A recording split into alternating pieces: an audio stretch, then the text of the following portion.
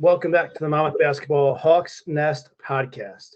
My apologies. It's been a long time since we last spoke to you guys. I've had a lot of personal stuff, family stuff. Unfortunately, my grandfather passed away, so we spent a month kind of in and out of the hospital with him and dealing with everything with that, with family. So it's been a long month. I appreciate everyone's patience. This is definitely a therapeutic thing for me. Being able to vent and also kind of praise now at this point in the season, Monmouth basketball. So I appreciate everybody's patience, and we're back with an episode today. Mark couldn't get on today, so I do have Mike with us once again. Mike, how we doing? Doing pretty good. And Ryan, it's great to have you back talking about Monmouth basketball. I know this is big for you, and getting back to normal. It's going pretty well. It's been warm. It's been warm out lately, and it seems like spring's around the corner, and Monmouth basketball's game seems to be getting into full bloom. So it's definitely not very well. Good. Just so you know, your the stream is buffering a little bit, so I'm not sure what will happen with that. So we are trying to have a live stream going of the game if we can. We're trying to figure out technical difficulties, how to work that out. So we're getting through that a little bit. So in the meantime, we're not going to touch on every single game because it's been well over a month, probably almost 2 months since we last talked. We last touched on the Princeton Rider trip that we made. The Rider game did not go very well. A lot of drama with the coaching staff and the Rider students. After that was at Princeton. It wound up being a blowout. We talked to Kyle Franco from the Trentonian, and he kind of expected Princeton to win, although Monmouth had a shot in that game. I think it was right before Christmas. I think I was actually putting decorations up as the game was streamed on my computer, and we lost that game 91-54. Monmouth just completely outmatched in that game. To end the non-conference schedule, they had Syracuse on the road, much tighter game. They actually looked decent against Syracuse for most of the game. 15-point loss there. Kind of expected worse. Honestly, that was almost a moral victory for the team. And then it was just two blowouts against Charlotte at home, a Conference USA team, as well as Yale at home, each one by over 30 points. And that was kind of the last time we saw this Monmouth team really just get blown out. There were a couple in the CAA here and there, but that was the last time where consistently they were just not looking like a good basketball team. They were looking like one of the bottom 5 or 10 teams in the country. And luckily, since then, even through a couple blowouts here and there, they've looked like a much more together team, and we'll get into that today. So luckily, that last stretch of non-conference games kind of ended that chapter of the season, which we were all really thankful for because it did not go great. We scheduled hard. We knew it.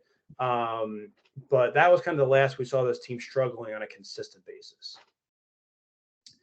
Yeah, I mean, that was a tough stretch for us, really watching Monmouth basketball go through the end of the non-conference schedule where we knew we had scheduled hard and we knew it was going to be a long road just to get to CAA play, and knowing that we're moving up to a new league and that it wasn't going to be quite the drop that it would ordinarily be, regressing back to league play.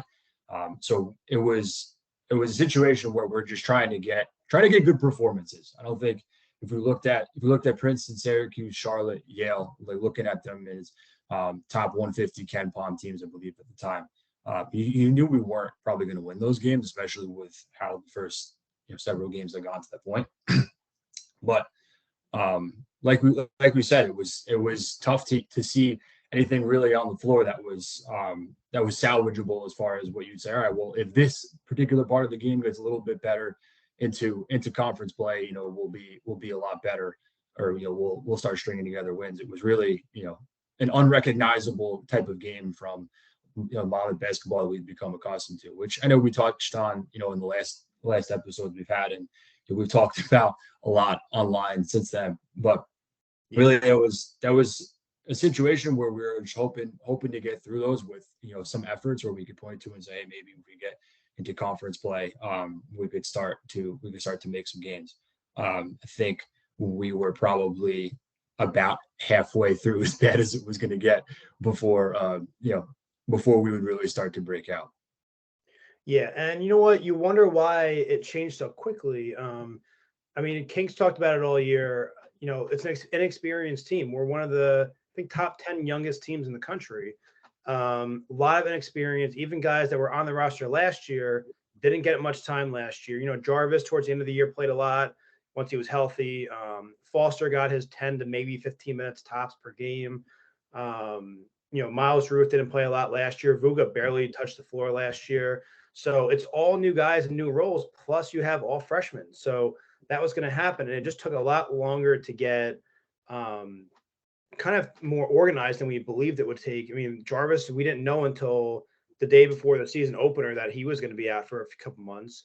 We didn't know Jarrett Valencia was going to redshirt until the day before the season or maybe the week before. So, I mean, those are two huge blows to your team. And now you're dealing with really 10 roster players, including walk-on Jakarius Benson. Thank God for him this season. I don't think we would have won as many games as we had so far without him.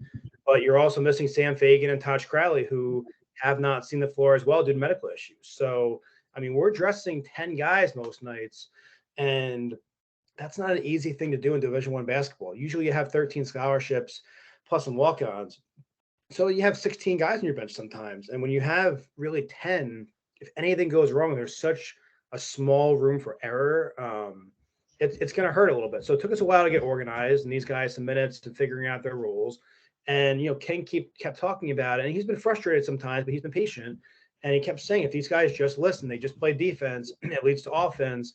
They just play together instead of just trying to go out and get yours, good things happen. And he said the same things from the Justin Robinson year. Some nights, certain guys would start shooting too much or doing things they shouldn't be doing. And he would say the same thing back then. And he's right. But what's changed is that the defense is playing a lot better. They're holding teams to under 70 points most nights, and they're starting to score themselves in the 60s and 70s.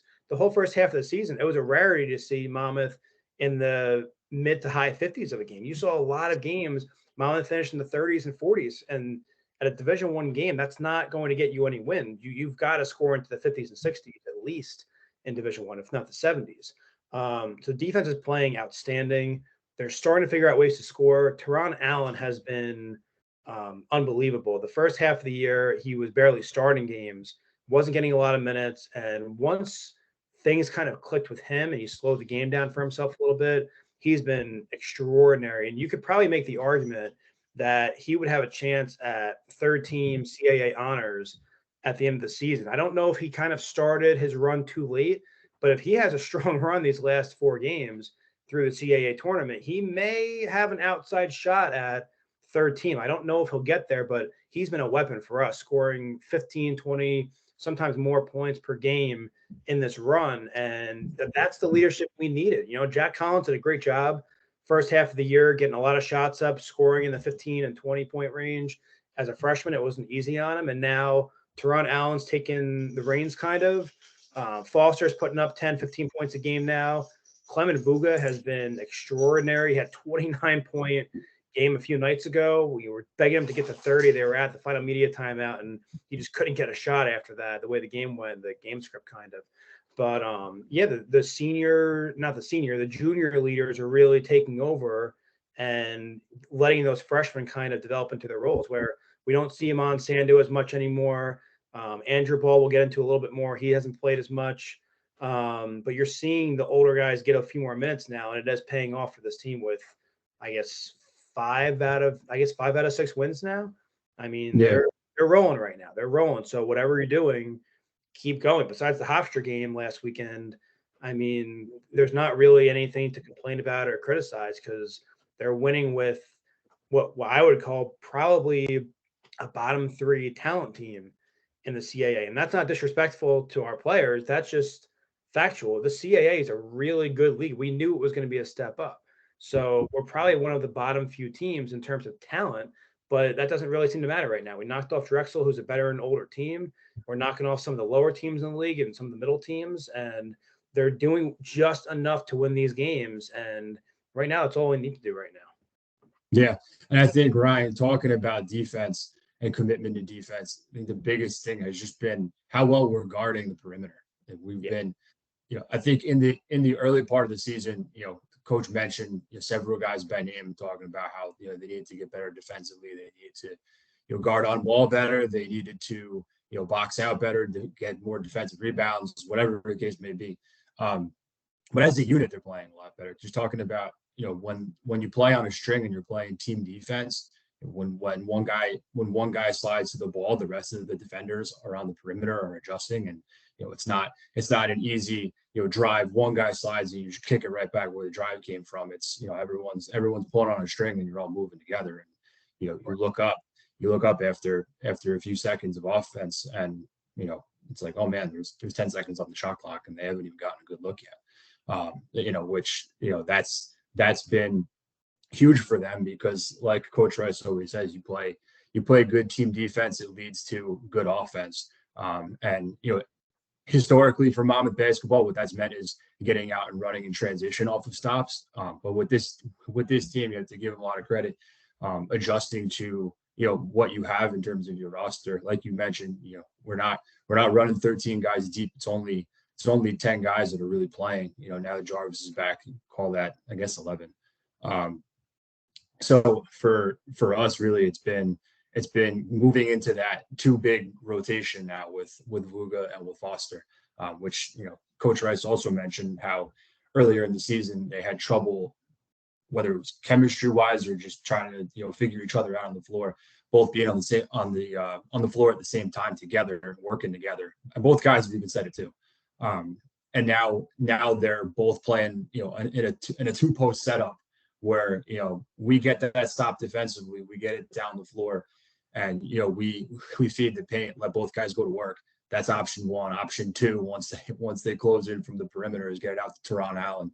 Let him feel the game and see how it's going, whether he's going to drive to the hoop through contact.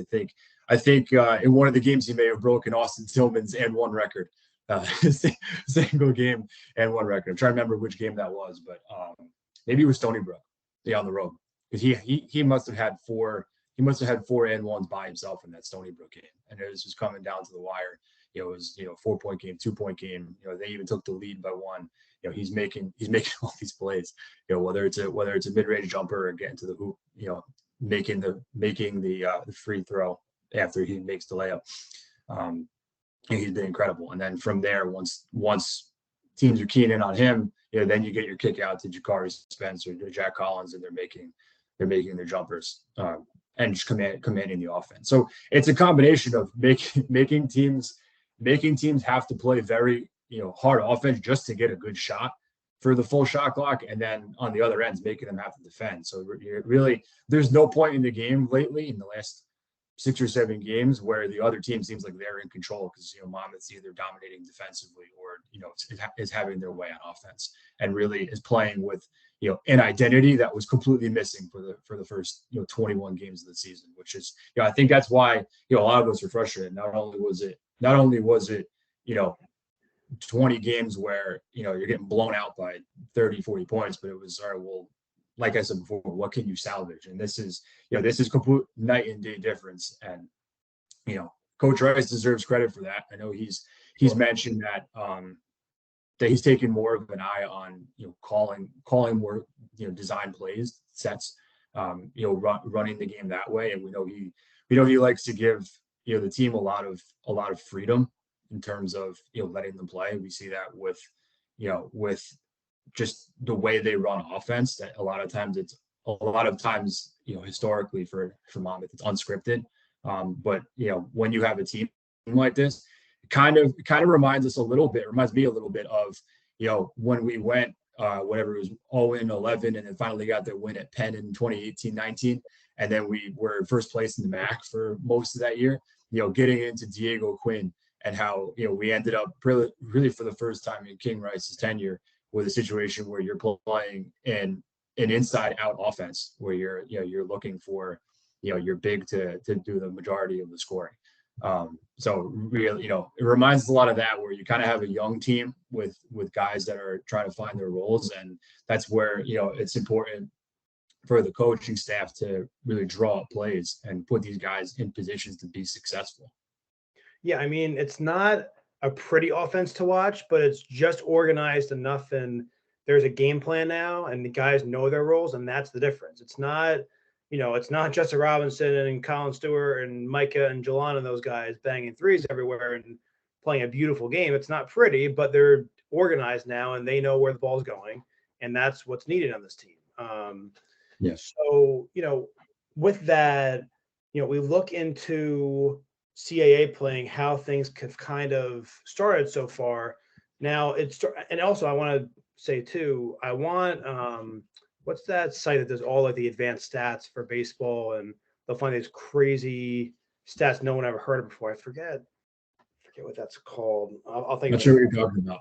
Yeah, this, but I want someone to look into when's the last time a college basketball team started a season 1-20 and had like a 6 or 7 seed in their conference tournament, because that's Are you where talking about sabermetrics? Are you talking about? what You're talking about sabermetrics? something like that. There's Yeah. ESPN used, I forget what it is, whatever. But Yeah. I want to know like how many teams in college basketball history have started the season 1-20 and then gotten a 6 or 7 seed. Because if you look at how things have gone, there's an outside, not even outside, there's a decent chance at that. So looking back into the beginning of conference play, Stony Brook was our home opener. We lose that game by 11. Drexel, higher up in the standings, they're probably the 5 seed right now, maybe. Got blown out on the road in Philly. Hofstra lost by 20 on the road. Towson by 20 on the road. And we're watching these games like, man, this is rough every night going out there and getting blown out. They have a close loss to Charleston, who was ranked 18th in the country at the time. They lost by 14, but really until the last media timeout, they were right with Charleston. That was a fun game. That was a fun game. It was an awesome game to watch because you're watching this team and you're like, all right, we're probably losing by 30 today. Hopefully our guys fight it out and at least keep it within reason. And they fought really, really hard until the last media timeout when they kind of pulled away a little bit, and that's what a better team does. So that was the first kind of glimmer of hope. And then they host Hampton, who was maybe 10 ahead of us in KenPom, and we were, one of the worst teams in the country. And we get blown out at home versus Hampton. And that was kind of the letdown game you almost saw coming because they played amazing versus the 18th best team in the country. And then they get blown out by a team that's the 340th team in the country. So it's almost like you saw it coming. They spent all their energy on Charleston, and they just didn't have that pop and urgency versus Hampton. They lose a tight one to Wellington on the road, and they finally get the win at North Carolina A&T, beating by 15 on the road. They're currently the 6th seed, and we just swept them the other night. So that was the first time they got a CAA win, and you could see on TV how happy they were as a team for each other, the coaching staff, everybody, the fan base. Everybody could just kind of take that collective breath together. And obviously, it's more stressful on the players. They're the ones living this and going through the struggles and going to practice every day and sweating your ass off and really working hard. And you're like, we got 20 losses to 1 win. Like, what are we doing this for? And they kept believing, they stayed together. So it was really, really cool to see that team celebrate a win in the conference. And then it kind of snowballed from there. So if you want to touch on anything in those first few games before we continue. Yeah. Yeah. So, Ryan, I think that Charleston game we talked about, that was a fun game. I was there. You felt like the crowd, I'll be honest, the crowd surprisingly showed up because before that, you talked about Stony Brook, Drexel, Hofstra, Towson. Again, we were in the first part of the episode I was talking about, it was going to get worse before it got better so far this season. It still hadn't seen much of that identity we spoke of that's gotten a lot better. Still haven't seen, really much of anything. And, Coach Rice mentioned in one of the games before this recent, streak we're on here that, the players were starting to get tired of everybody dogging the coach. And everybody talking about how bad they were doing, et cetera. I wouldn't be too surprised if the Charleston game and how we played was a pent up frustration. Guys just tired of hearing everyone talk about how they're the 6th worst team in Division I, and coming out and saying you have you have a ranked team in your building and you're gonna give them a run for their money, right? Like, because I mean, think about it. If you're Charleston, you come into that game. Like, do you think any of those guys thought it was going to be that they were going to be losing at halftime by 7 points or whatever it was, or that they'd be at the under 8 and they'd be still losing? Probably not. Like they probably figured, all right, we got a cupcake before our next game. I think they play Austria next or something. So they probably came into that game a little flat, and kind of a perfect storm for us. And then you get a crowd that would love to get a win, much less against a ranked opponent. And credit to Monmouth for showing up and giving Pat Kelsey and his crew everything they could handle. Because I think obviously Ryan and I are not in practice every day, so we're only out here talking like fans. So if I had to speculate about what goes on just as far as preparations for the game, with whether or not certain strategies change, lineups, formations, whatever, that was around the time we saw Jakari Spence take over as a starting point guard. Am I right, Ryan, about that? I think around the Charleston. Yeah. And two, then we started seeing those changes to the lineup as far as the two bigs going at it, really being more deliberate. We hadn't seen Teron Allen really emerge like he has yet. But I think looking at that Charleston game, it's kind of letting a little bit of anger out, and then that would make sense with Hampton being a little bit of a letdown before you get to UNC Wilmington, which we only lost by 3, right? So once you get to that Wilmington game and forward, we really look like a completely different team. One that's competent, one that's playing with intention and with purpose, and is at least you can count on, right? Like you're going to put on the game and you're going to watch it. You're going to watch a close competitive basketball game. So that's something, it's nice to see it now. That's the whole point of people showing up too, because if you think you're going to lose by 20 as soon as you step in the building, what's the point of going to the game? Sorry, guys. Right. My dog's on the floor. I mean, usually I'm in the basement, but my wife's out right now, so I got my 1-year-old puppy with me, kind of giving me problems. So she's just fun. If you see me leaning down or telling her shush, it's just that. It's not some imaginary person I have here. But yeah, it's definitely you need to know that going to the building as a fan that you have a somewhat of a shot to win the game or be competitive, and that wasn't happening for a while, and that's part of the reason why fans weren't showing up. It was, you see that? It wasn't the losing, it was how they were losing. It was losing by 20, 30 points every night, and that's gonna turn a fan base away, and that's not.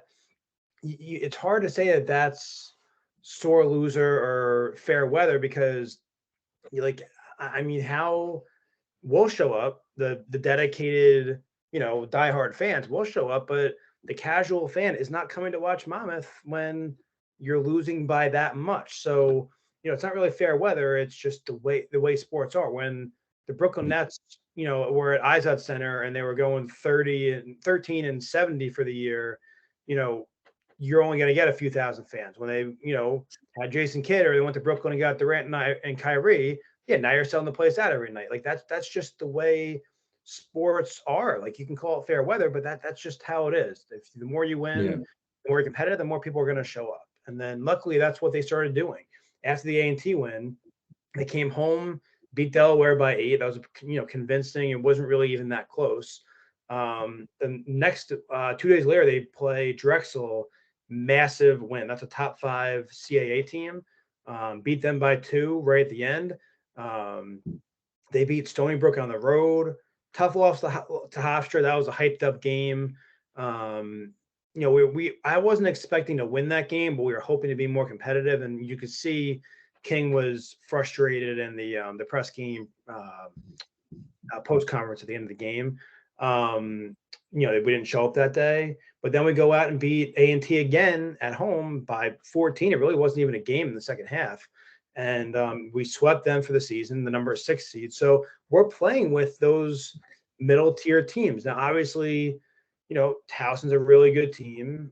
Charleston's a really good team, and Hofstra's a really good team. So those 3, if we match up in the tournament, I think we'll have a very hard time winning that game. We may be more competitive than we've been, but those are hard games. Everybody else, I'm not really that scared of at this point because we've played with all those teams. We played with Wilmington with the 4C. We beat Drexel the 5C. We beat A&T the 6. So like those middle teams we're beating or being competitive with. So We are a 5-way tie for 7th place right now. and so we're going to get into that in a minute. So now we're playing Northeastern right now. You see at the bottom of your screen. It's buffering a little right now, though. It's okay. We had it going for a while. So we play them. They're 4-10 in the conference. My dog's crying. Come on. We're 4-10 in the they're 4-10 in the conference Northeastern, 8-17 overall. Definitely a winnable game tonight on the road. Then you get your season-ending last home game with Elon. They're 7-20, 5-9 in the conference. Then you get 2 games in the road versus Hampton and William and Mary, and they're combined 8-20 in the conference. So I mean, you have a chance here if you win 3 out of 4 of these games that you could actually be the 6th or 7th seed and wear white on game day down in DC, play a lower seed, and potentially make a little run here. Now, I am not going to get ahead of ourselves. I am not going to rile up the fan base and saying this is going to be, possibly an upset year for Monmouth, and we're going to maybe make the championship game and take some. That's not what I'm saying. Let's not go there. We're 5 out of 6. That's awesome. Let's enjoy it while it's here. But I am saying if we're the 6 or the 7 or even the 8, there is a chance to win a first round game. And if you get the right matchup in the second round, there's potential to get into the semifinals. That's a difficult task, and I'm not saying it's the most likely of things, but if they're playing this way on defense, it is a possibility to win a game or 2 down in DC. And that's an exciting thing for Monmouth when we thought, for a minute there, I mean, I think we had this talk in the group chat, 1-31 was on the table. I mean, I think most Monmouth fans, I think it's hard to argue that that was a possibility. I mean, the way we were losing games, or like who can we beat if we can't beat Hampton? And luckily they turned it around, and that's not the case this year.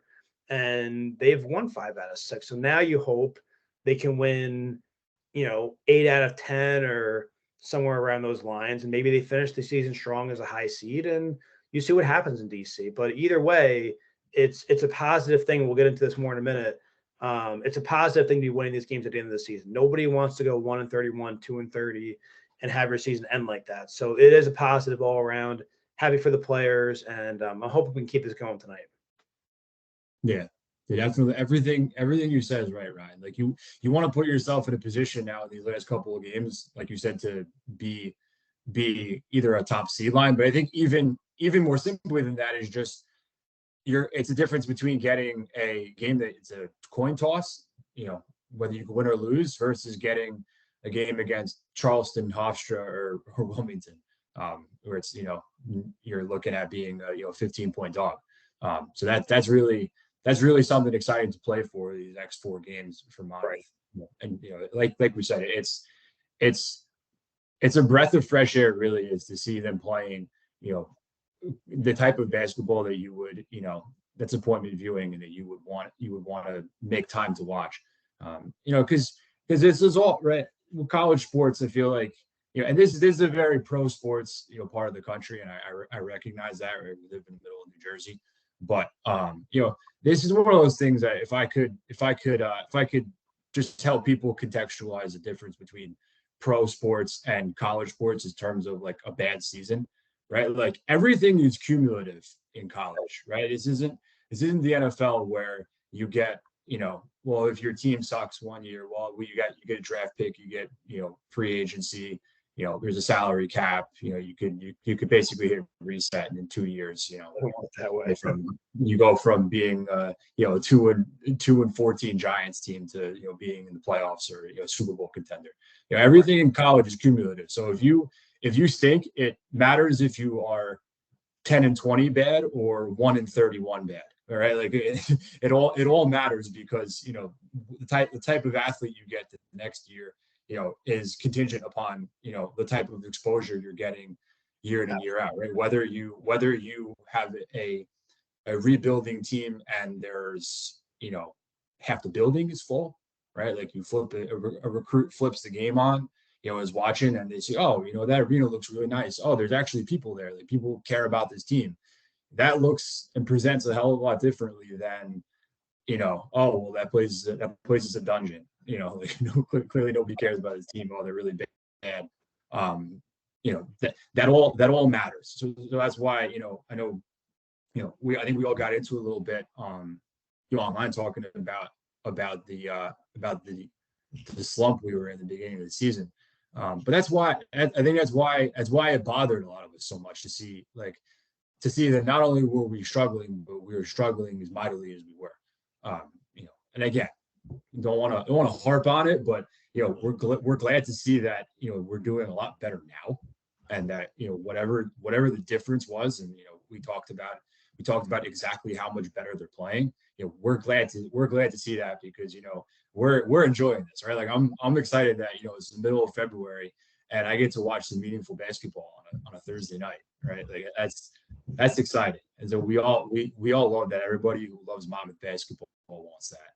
So really, we're all excited, and like Ryan said, that doesn't make somebody a front runner if it annoys you that that your team's not good, and you wish they were good, whether it's because you got season tickets or you already bought tickets months in advance for the game, and you're looking forward to it, you're excited.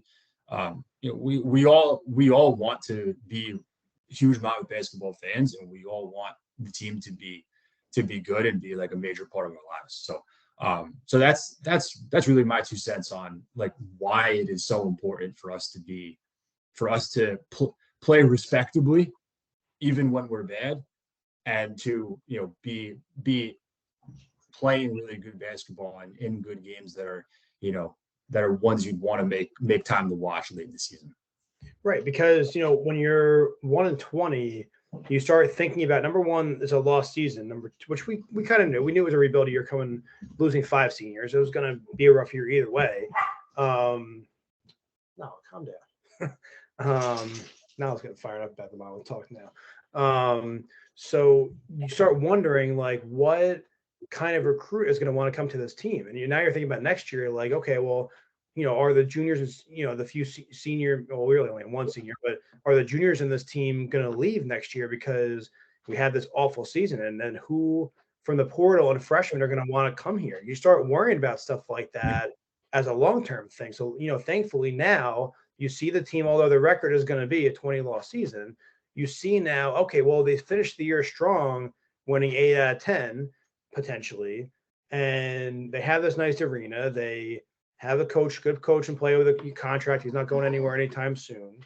And then, you start seeing like, okay, maybe they're only 1 or 2 pieces away. They have Jarvis, they have Collins, they have Teron Allen, they have some of these guys ready to go, and maybe I'm the missing piece. You say, oh, they upset somebody, they got to the quarters, the semis. All right, maybe me and my buddy come from either, North Jersey school or somewhere in New York, and like, all right, we're the missing piece of this team. Let's go to Monmouth next year and go win the CAA, or maybe in 2 years. So, that it matters. Like, these games do matter, even if it's not quite for this year to win a championship and get a top 3 or 4 seed, because that's out of the picture now. But it's just looking towards next year and seeing, number one, what can this team salvage this year and what can they accomplish? How far can they take this thing? And also, who is going to want to come to us next year and say, all right, Monmouth is not a lost cause just because they had one bad year. Pieces in place. Let's go there and try to win there with King Rice. So it is important. These do matter for that as well. Definitely. So just going over quickly how the stats have changed a little bit. You look in just CAA play. In the beginning of the season, you saw Sandu got a lot of minutes. Collins was getting a crazy amount of minutes. He was barely off the floor. All these guys had kind of weird minutes in the beginning. And now you see Foster's our leading scorer in CAA play with 12.6 a game. Collins went down from his 15, 16 a night. Now he's at 10, but he had a couple weeks. He had a tough stretch in there. I think teams are kind of keen in on him a little bit. And now that Teron Allen is taking over, he's averaging 8.9 in CAA play. But if you look at the second half of CAA play, that's closer to 15 a game. So now Teron's doing his thing. Vuga's taking over, scoring 10 points a game now, plus. Now Collins can kind of play off the ball a little bit more and not have so much pressure on him. And that's helping Jack Collins see the floor as well. He had a couple of bombs the other night. One was definitely beyond NBA range. That was probably around 30 feet out, the one he took the other night and drained it.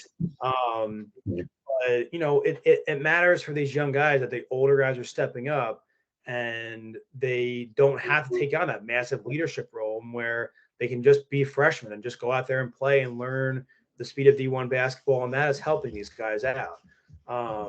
You're not really seeing Jaden Doyle. You're not seeing Monsandu. Holmstrom and Ruth are playing a little bit less now.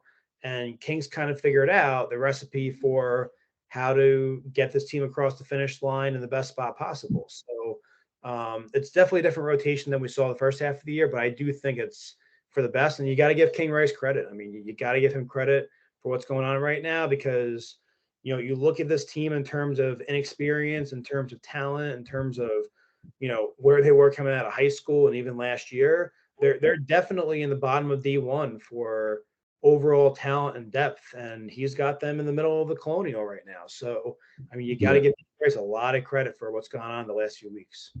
Isn't it interesting too, Ryan, how we've been playing so much better, even though we're really playing primarily 5 or 6 guys, 30-ish minutes. Yeah. It's like you would think that the key to a team like us who's really thin playing better late in the year would be that you're getting production from 1 through 10. And it's no disrespect to anybody, but that's not what's happening, right? It's really been a couple key guys that are stepping up and really making their mark. So it's good too because most of them are coming back, even though, like we said, there's probably expected to be some level of turnover just with day and age we're in with college basketball, with the transfer portal and all of that. So I mean, would expect to see some of that. Ryan, do you want to get into that yet or not? Is that the separate conversation for a separate day? The portal? Yeah. I think we're going to save that for the end of the season. I don't want to ruffle feathers midway, especially during a winning streak we got going on right now. I think that's going to be a postseason conversation, kind of what should happen with the portal and our opinions and, who stays, who goes, and what our takes are on the roster. I think we just kind of enjoy this ride for now, and then in March we can start talking about next year. Yeah, and I think, and kind of to Ryan's point, like when that day comes, and it eventually will. I mean, you could look no further than football on our own campus, where we started out the season with a really strong prospects entering the CAA. We look awesome at the beginning of the year. We're a bubble playoff team, right? For the FCS, we have a couple heart-wrenching losses, and by game 8 or so out of 11, the season's really like over, and you're playing games that won't impact whether or not you're going to make the playoff. And it's the reality, right? The team, players start transferring, players start evaluating their options. So it's not like anyone saying, oh, somebody should transfer because they stink. Like, that's not what it is. It's that it has to be a mutual fit in both directions, right? Coaches have to have a vision for where that player is going to fit into their lineup and their roster, going forward. And it's the same thing for the player. It has to be what they want. So there's a lot of mutual agreement that goes into it. It's really not so much an indictment of a particular player, whether or not they're any good or they're or whether or not they're a good kid or anything like that. It's has everything to do with what the coach's vision is, what they need from that position and that player, and what that player wants for their own career, personally, professionally. Right, no doubt. You want to get into Flow Sports, other sports? Yeah. Right. I can't see the clock. How much time have we been recording for? I can't even see. We're almost at 40 minutes, so maybe another 5 minutes, and we'll get out of here. All right, cool. Yeah, so let's talk a little Flow hoops and talk a little Flow contract. I think so. Just to kind of lay the groundwork for everybody, when we were in the MAC and the Big South, respectively, right? We had a contract with ESPN for our school. And some of you may remember, if you've been around long enough, that back in 2014, Monmouth, when streaming really first began in earnest, Monmouth was the first. I don't know if it was first mid-major or first Division I school period to have a entirely student-produced on-campus broadcast capability where they were going to feed games directly into ESPN.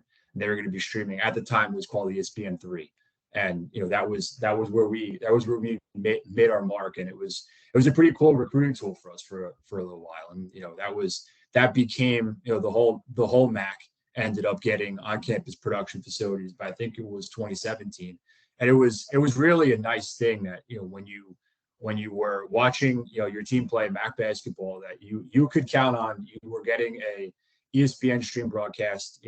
By that point in time too, every other mid-major was throwing their games on ESPN as well. So really, for the most part, 90% of college basketball and football was playing streaming on some form of ESPN, whether that's digital, right, through the ESPN app, or Watch ESPN, ESPN Plus, or whether that was linear through ESPNU, ESPN2, the real TV, right, cable. So that's just a little bit of a backdrop. That's kind of the standard to what we've been accustomed to is being able to watch everything on ESPN. When we knew we were going to be moving to the CAA, they had this contract with Flow Sports, which we're watching right now. And Flow is also an over-the-top streaming service like ESPN Plus. But really the difference is if you hadn't heard of Flow before Monmouth moved to the CAA, there's probably a reason for that, because there's nothing else on here. You can see in the corner of this pane here, I don't have it maximized. The other games that Flow is offering today besides the CAA are UW Parkside versus Northern Michigan men's basketball, and PNW, I don't know what that is, versus Michigan Tech basketball. Not the one. It's not. We're not exactly talking about partnering complementary brands here. So with that said, right, we joined the CAA, and knowing that they had a contract with Flow Sports that was in its final year of duration, and that there's always the option that we could go back to ESPN as a conference, whatever it may be, right? We had the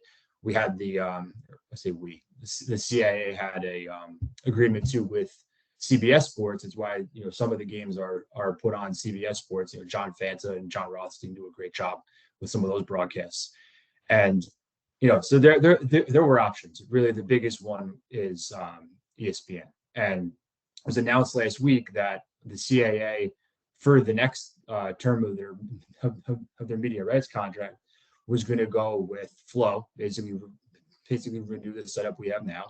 And it was going to be, they called it an 8-figure payout for the conference as far as media rights deals go. And I think a lot of this is common sense, right? So there's two things, right? There's the information we don't know, right? Because we don't work for the conference, we don't work for the school, we don't work for the network. So we don't want to speak ignorantly on numbers and facts and figures that we don't know. So what we don't know, we're left to assume based on what you can picture with information that surrounds.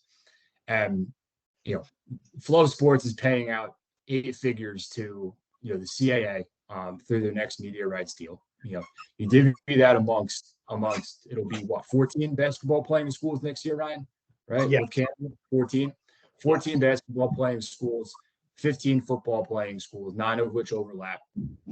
And that, whatever that 8 figures is, probably going to be on the low range of 8 figures. It gets whittled down pretty quick. And with that said, you kind of look at, how much money is Monmouth University specifically going to be getting from this deal, right? We don't know, right? So but you can kind of figure, you can do some ballpark math based on the fact that, there's not a whole lot of demand for Flow Sports out there. So we don't really know what they could really be pulling in as far as what they're going to be, as far as what they can distribute to, the flagship conference that they're broadcasting sports to. I tweeted about this a little bit when it came out, just talking about what it means for the league. And, what I would hope is that, there's there's a pretty big sum of money that, we're getting paid. Just based on everything we said, it probably is not the case. And if I had to guess, I would say that, most of what we're getting paid is just the subscription revenue that they're taking in from folks like us who are paying, what is it, $90 a year to watch games on Flow Sports. And, I think the concern, especially for somebody like me, who cares so much about Monmouth sports, is that, great, we're probably getting paid more than we would get paid from ESPN because they have other properties to worry about, like all the other conferences. With that said, like, it significantly hurts the viewing experience to not be able to look at a Monmouth basketball game and tell somebody, oh, they're playing Northeastern tonight, it's on ESPN Plus. Right, if Monmouth gets going, and we both of us, we invite people to games. All our buddies know that we love Monmouth, and it hurts the brand when you have a team that's playing well, and somebody asks, oh, what channel are they playing on, and you tell them they're playing on Flow Sports. That kind of it's like, oh, okay. And now with that said, there's one part of this I do want to mention, because the school has done a great job with this, is one of the caveats that makes Flow a little bit more beneficial is that they have some flexibility in terms of what they'll allow us to negotiate as far as regional sports networks. So, like, if you're watching a game on SNY or NBC Sports Philly, that's not a feature that we had under ESPN. With ESPN, it was all up to the company itself as far as what games were going to get flexed. You guys probably remember some of the games we would have on ESPNU. That's all based on the major network, and not what we're able to individually negotiate ourselves. So that's a nice thing that, like, at least you could say, all right, well, we're going to be playing on SNY or on NBC Sports Philly if you live in South Jersey or Philadelphia. So that's helpful. Just with that said, we're a university that joined the CAA, becoming a national university as far as those types of rankings are concerned. And it's helpful to be able to get on into TVs across the country where everybody has ESPN Plus. Because that's really the go-to, right? They broadcast everything. They have not only the rest of the college sports world, but they got UFC, they have NHL, MLB, even NFL games, NBA. Like, there's a lot that brings somebody else into ESPN Plus besides just college sports. So it does hurt a little bit, just as far as the upside of what Monmouth can get from an exposure standpoint. But I think we would be ignorant to say we know it all, especially since we don't have official facts and figures as far as revenue. But like we said before, like you can kind of connect the dots if you're looking at what else is on Flow Sports and what a company like Flow Sports could possibly be capable of paying the CAA. So, Ryan, I know I spoke a lot there. Probably should come up for air. You have anything else to add to that? Yeah, not really. I mean, it's not ideal. I mean, I do like once in a while being on SNY or CBS or things like that. But I mean, as a whole, ESPN is just so much more accessible. When you get ESPN, you pay the 80 or 100, whatever it is per year, but you're getting so many games from Division I and on. You're getting different sports. You're getting documentaries. There's so much on ESPN Plus. You're getting, when you get that, you also get extra articles too on ESPN. So you get March Madness info, different, behind the paywall types of articles and takes from analysts and stuff like that, extra data. So you get so much when you get that ESPN package. And Flow Sports is like, all right, I can watch my team play and that's it. Like, I can watch my conference play and there's nothing else. So, I mean, it's definitely not fan friendly. I'm not. It's the one reason the CAA, I'm not a fan of joining the conference. Everything else, I'm on board. Like, it's a better conference. Yeah. I mean, everything about it is better. But besides being in DC versus AC, I like the AC a lot more for the tournament. Eventually, I'm hoping actually the MAC loses AC and picks Siena again, and then we could potentially take over from the Colonial. Because if you think about it, I mean, I don't know how it draws in DC. I can't imagine a whole lot better than AC. But if you think about it, it's still a central location because you think about Charleston, North Carolina being the southern teams, and then Northeastern and Boston being the northern team. And then you get Monmouth, Delaware, Drexel, Hofstra, all within a couple hours of AC. It's not the worst location. And really, DC is only about 2 hours or so south of here.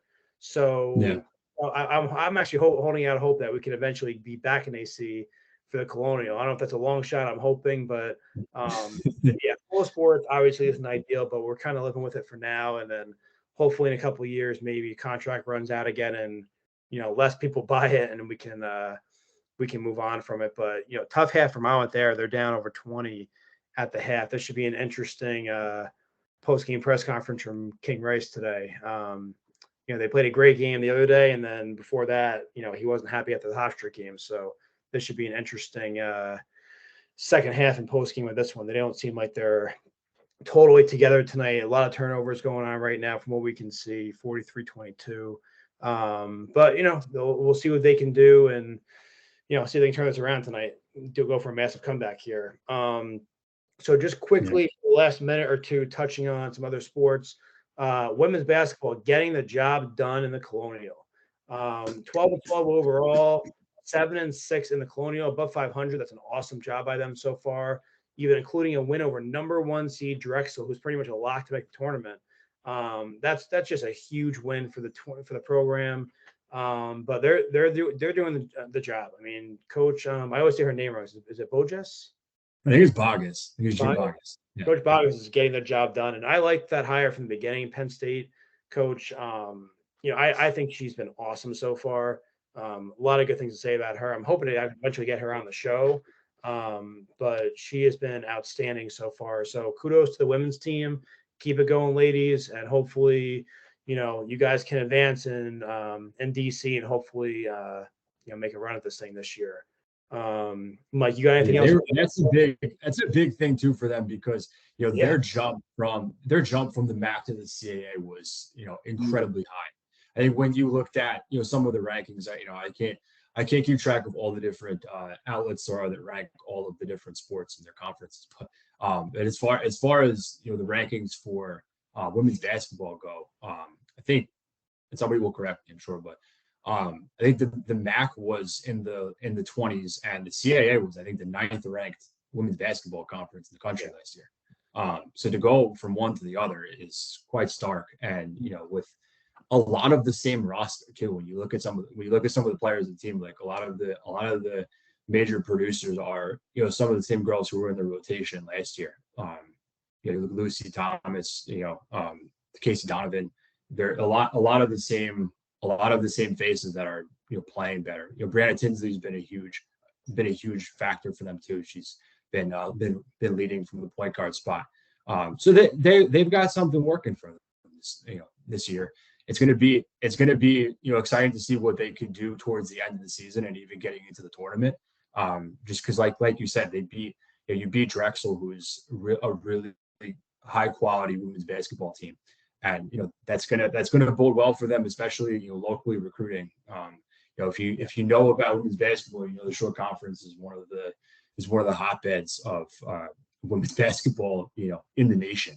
So that's exciting, to see that maybe you start getting some of the players that go from Manasquan, from RBC, RFH, that go to Notre Dame and UConn and every other school that you could think of at the national level. Get some of them coming down the shore and staying home, and playing for Coach Bogus and West Long Branch. So right, even if you lose the number 1 player like Mabry, maybe you get the number 2 player that could have gone to the A10 or somewhere like that, but they stay home for the CAA and stay down maybe a conference. So maybe you get the minus level player instead of the A+, and it's a huge recruiting win for Monmouth. Yeah, even on this roster alone, they got they have I think I want to say 3 or 4 Shore Conference alumni on this team. They got a few, yeah. So I mean, I don't think that's a coincidence that they're playing so well now, and against even better competition. They're doing a great job. They had I think as far as all of Monmouth sports go, they probably had the biggest jump from the MAC / Big South to the CAA. So kudos to Coach Bogus and the team. No doubt. All right, I think we're pretty much ready to get out of here. We're at 55 minutes. I think our time is up here. Mike, thanks for coming on as always. We are finally back again. Apologies for the long wait, guys. It's been a long couple months for me, but we are back. We will have my dog's going crazy. We will have at least one more previewing the Colonial Tournament. We'll try to get one in before that, but that might be our next one previewing the tournament. And then obviously we'll do one throughout the postseason and after the postseason. So we'll be with you guys all the way on Facebook. Follow Monmouth Podcast on Twitter. I got stuff going on during the games and throughout the week on there. So make sure you check that out. But in the end, thank you guys for always listening, being great supporters. Make sure you get out to the game Saturday, 2:00 versus Elon. And hopefully the Monmouth Hawks can finish their home season with a win and then 2 more after that. All right. Thanks, everybody, for listening, and have a good night.